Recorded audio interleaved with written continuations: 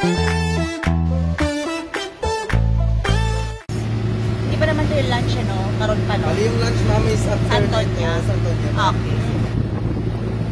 At papunta naman tayo ngayon sa isa sa mga sikat at magandang spots dito sa Isla Higante, which is known the Tangke Lagoon.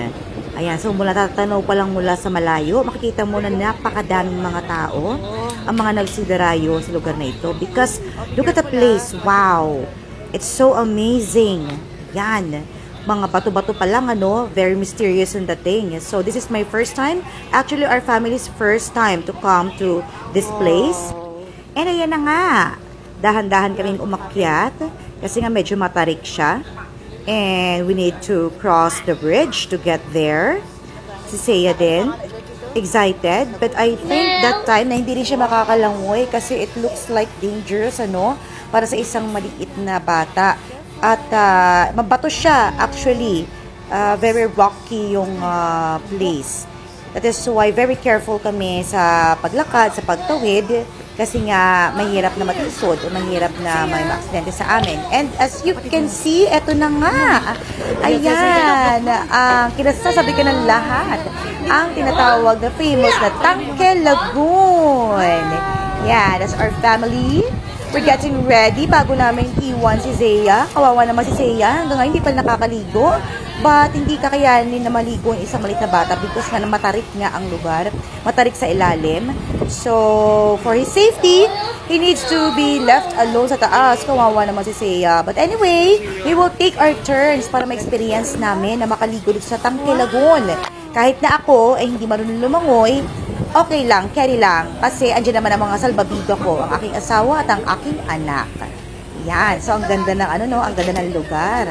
Background pa lang, pang-aurahan na siya.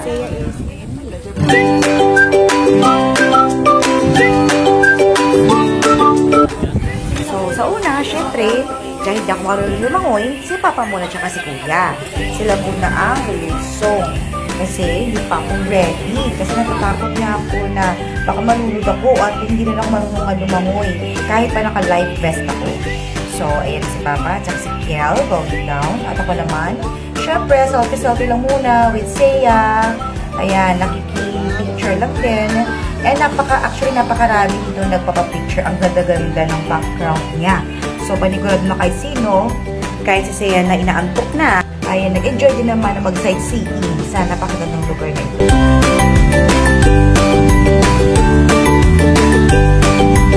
And finally, yes, makaka-try na rin ako na makaligo with Papa.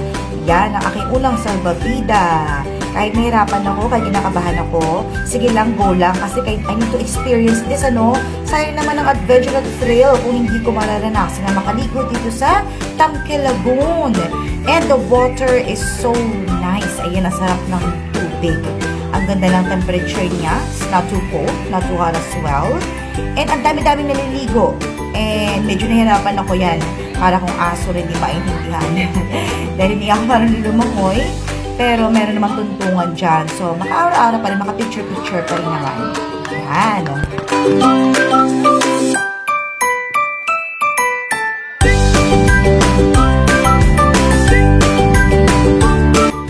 And this time, si Kuya Kiel naman ang sumama sa akin. Ang aking pangalawang salbabida.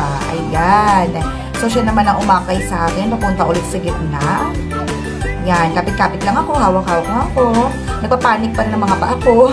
Dahil hindi pa rin ako marunong lumangoy. But at least, I made it there. O, diba? Very good si Kuya. And finally, natapos na aming langoy-langoy session sa Tangke Lagoon. Babalik na kami because we will be heading to another destination. And masasabi ko talaga na I really had fun in this island. See you again sa aming susunod na lalakbayan.